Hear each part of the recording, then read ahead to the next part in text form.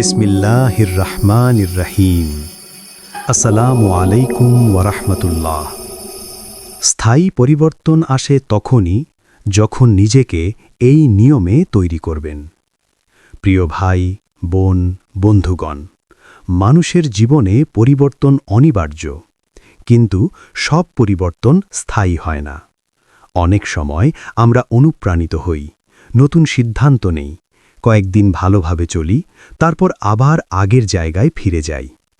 প্রশ্ন হল, কেন এমন হয়? কারণ আমরা কেবল ফলাফল বদলাতে চাই, কিন্তু নিজেকে বদলাই না।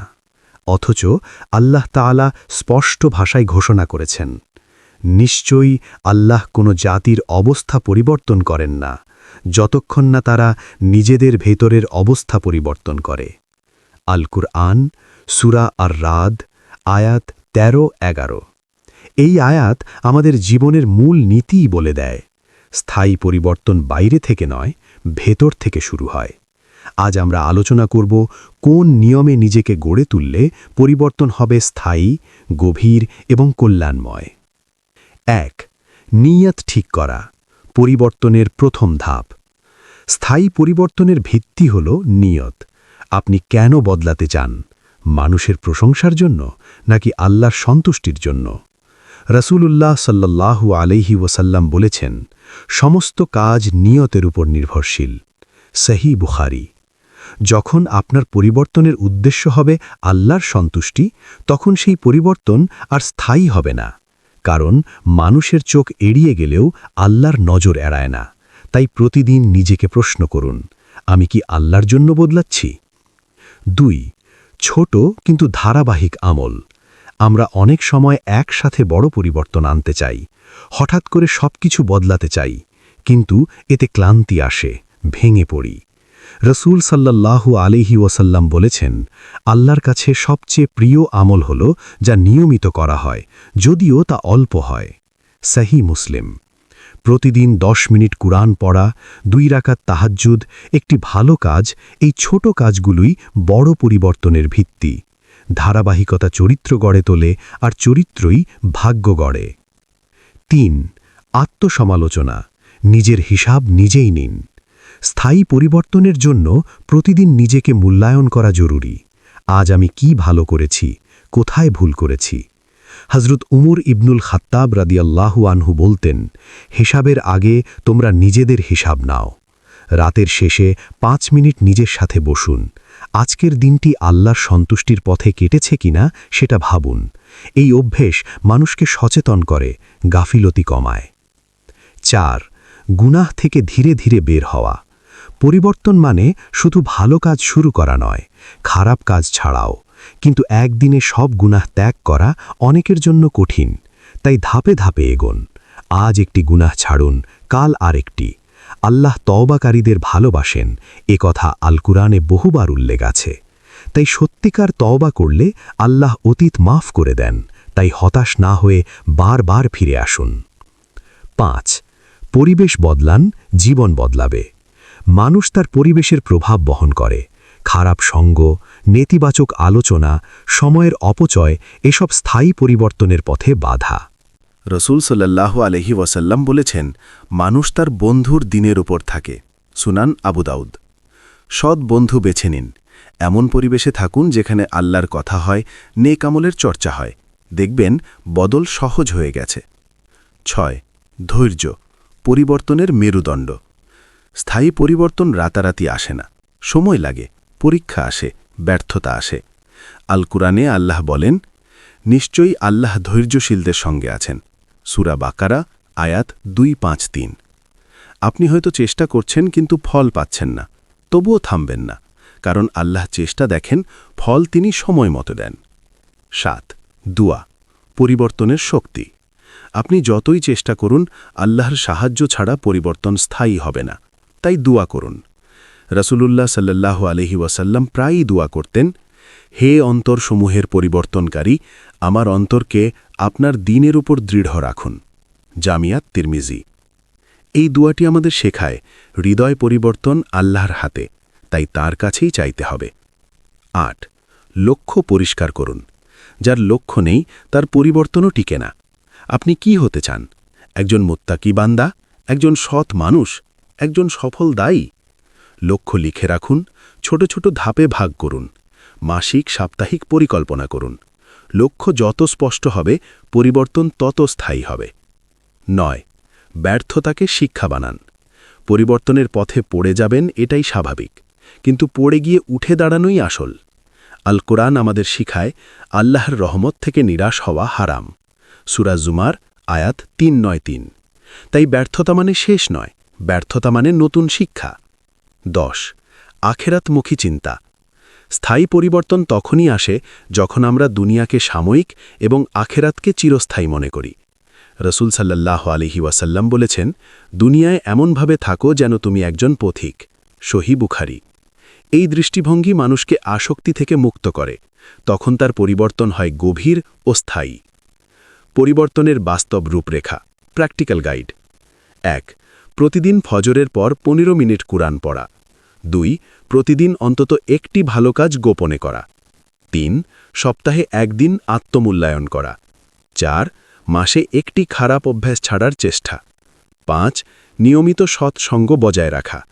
6. প্রতিদিন অন্তত 5 মিনিট দোয়া করা নিজের পরিবর্তনের জন্য। এই 6টি নিয়ম যদি 6 মাস ধরে পালন করেন, আপনি নিজেই নিজের পরিবর্তন দেখে অবাক হয়ে যাবেন। প্রিয় বন্ধু, বদল শুরু হোক আজই। স্থায়ী পরিবর্তন কোনো জাদু নয়, এটি একটি প্রক্রিয়া। নিয়ত, ধৈর্য, ধারাবাহিকতা এবং আল্লাহর উপর ভরসার সমন্বয়। মনে রাখবেন, আপনি যদি এক কদম আল্লাহর দিকে এগুন, আল্লাহ আপনার দিকে অনেক বেশি এগিয়ে আসেন। আপনি যদি নিজের ভিতরকে গড়েন, আল্লাহ আপনার বাইরের জীবনকে সাজিয়ে দেন। আজ সিদ্ধান্ত নিন, আমি বদলাবো, আল্লাহর জন্য বদলাবো, ধীরে ধীরে কিন্তু থামব না। তখন দেখবেন আপনার জীবনেই বাস্তবায়িত হবে সেই চিরন্তন ঘোষণা।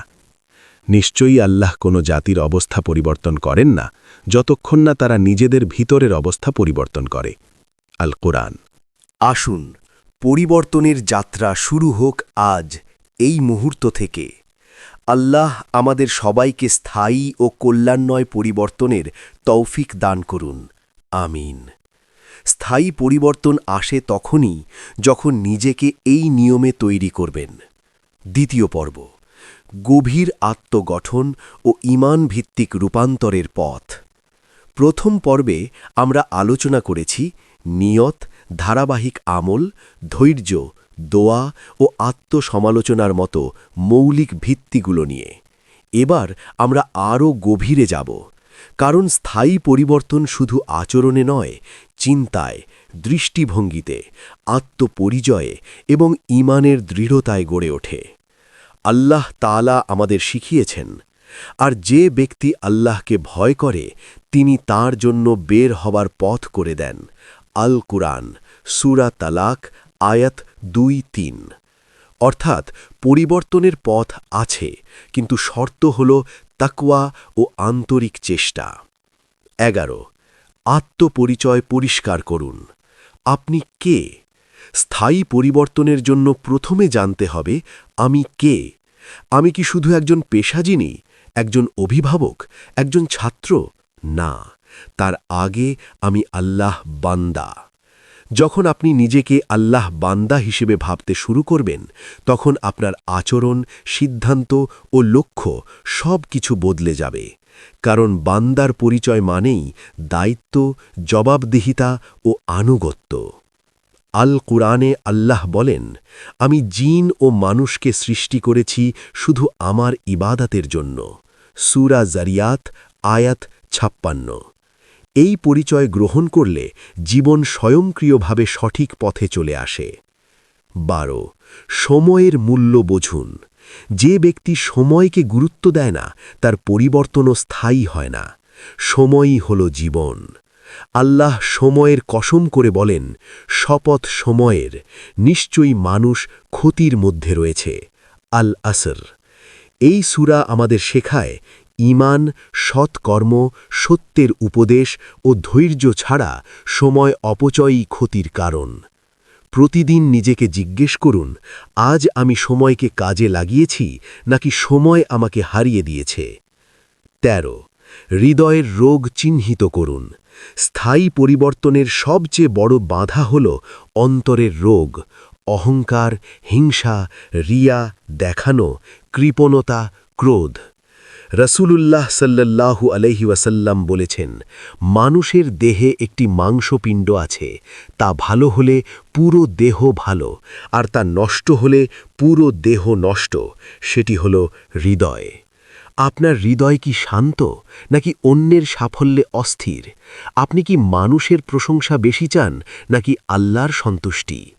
প্রতিদিন তওবা, জিকির ও কুরআন তিলাওয়াত হৃদয়কে পরিশুদ্ধ করে। 14 কষ্টকে নিয়ামত হিসেবে দেখা শিখুন। পরিবর্তনের পথে পরীক্ষা আসবেই। অনেকেই কষ্টে ভেঙে পড়ে, কিন্তু মুমিন জানে কষ্ট মানেই শাস্তি নয়, অনেক সময় তা উন্নতির সিঁড়ি। আল কুরআনে আল্লাহ বলেন, নিশ্চয়ই কষ্টের সাথেই রয়েছে স্বস্তি। সূরা ইনশিরাহ আয়াত 6। যদি আপনি প্রতিটি কষ্টকে আল্লাহর পক্ষ থেকে শিক্ষা হিসেবে গ্রহণ করেন, তাহলে আপনার ভেতরের শক্তি বাড়বে। এই দৃষ্টিভঙ্গি পরিবর্তনের মূল চাবিকাঠি। 15 নিয়মিত ইলম অর্জন। পরিবর্তন টিকিয়ে রাখতে জ্ঞান অপরিহার্য, কারণ অজ্ঞতা মানুষকে আবার পুরনো পথে ফিরিয়ে নেয়। রসুল সাল্লাল্লাহু আলাইহি ওয়াসাল্লাম বলেছেন, জ্ঞান অন্বেষণ করা প্রত্যেক মুসলিমের ওপর ফরজ। সুনান ইবন মাজা। প্রতিদিন অন্তত 10 মিনিট ইসলামী জ্ঞান অর্জন করুন। তাফসির পড়ুন, হাদিস পড়ুন, আলেমদের আলোচনা শুনুন। জ্ঞান আপনাকে সচেতন রাখবে। 16 কাজের আগে ভাবুন, পরে নয়। অনেক সময় আমরা আবেগে কাজ করি, পরে অনুতপ্ত হই। স্থায়ী পরিবর্তনের জন্য সিদ্ধান্তের আগে চিন্তা করা জরুরি। হজরত আলী ইবন আবি তালিব রাদিয়াল্লাহু আনহু বলেছেন, চিন্তা করো, তারপর কথা বলো। আপনার প্রতিটি কাজ কি আখিরাতে লাভ দেবে?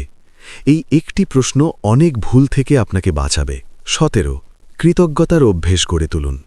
অকৃতজ্ঞ মানুষ কখনো শান্ত হয় না, কিন্তু কৃতজ্ঞ মানুষ সামান্য নিয়ামতেও তৃপ্ত থাকে। আল কুরআনে আল্লাহ বলেন, তোমরা কৃতজ্ঞ হলে আমি অবশ্যই তোমাদের বাড়িয়ে দেব। সূরা ইব্রাহিম আয়াত 14-7। প্রতিদিন 3টি নিয়ামত লিখে রাখুন, যার জন্য আপনি আল্লাহর কাছে কৃতজ্ঞ। দেখবেন আপনার মানসিকতা বদলে গেছে। 18 নিজের সীমাবদ্ধতা মেনে নেওয়া। স্থায়ী পরিবর্তন মানে নিজের দুর্বলতাকে অস্বীকার করা নয়, বরং তা স্বীকার করে উন্নতির চেষ্টা করা। আপনি হয়তো দ্রুত রেগে যান, হয়তো সময় ম্যানেজমেন্ট দুর্বল। সমস্যা অস্বীকার করলে সমাধান আসে না। সাহাবায়ে কেরামরা নিজেদের ভুল স্বীকার করতেন, তওবা করতেন, উন্নতির চেষ্টা করতেন। এই বিনয়েই তাদের মহান করেছে। 19 নফসের বিরুদ্ধে জিহাদ। সবচেয়ে বড় যুদ্ধ বাইরের কারো সঙ্গে নয়, নিজের নফসের সঙ্গে। আল কুরআনে বলা হয়েছে, নিশ্চয়ই নফস মানুষকে মন্দের দিকে প্ররোচিত করে। সূরা ইউসুফ আয়াত 12-53। যখন আপনি হারাম কাজ থেকে নিজেকে বিরত রাখেন, তখনই আপনি প্রকৃত বিজয়ী। এই অভ্যন্তরীণ সংগ্রামই আপনাকে শক্তিশালী বানায়। 20 মৃত্যু চিন্তা, বাস্তবতা স্মরণ। স্থায়ী পরিবর্তনের সবচেয়ে শক্তিশালী প্রেরণা হল মৃত্যু চিন্তা। মৃত্যু অনিবার্য, কথা মনে রাখলে অহংকার কমে, গুনাহ কমে, সময়ের মূল্য বাড়ে। রাসূল সাল্লাল্লাহু আলাইহি ওয়াসাল্লাম বলেছেন, আনন্দ নষ্টকারী অর্থাৎ মৃত্যু বেশি বেশি স্মরণ করো। জামি আত-তিরমিজি। মৃত্যুর স্মরণ মানুষকে বাস্তববাদী করে তোলে। তখন সে জানে এই জীবন সাময়িক, আসল জীবন আখেরাত। বাস্তব কর্মপরিকল্পনা। 1 প্রতিদিন ফজরের পর 5 মিনিট আত্মপরিচয় ও লক্ষ্য স্মরণ। 2 সপ্তাহে 1 দিন সময় ব্যবস্থাপনার রিভিউ। 3 মাসে একটি হৃদয়ের রোগ চিহ্নিত করে তা দূর করার চেষ্টা। 4 প্রতিদিন কৃতজ্ঞতার তালিকা তৈরি। 5 মাসে অন্তত একটি ইসলামী বই শেষ করা। 6 নিয়মিত মৃত্যুচিন্তা ও আখেরাত স্মরণ।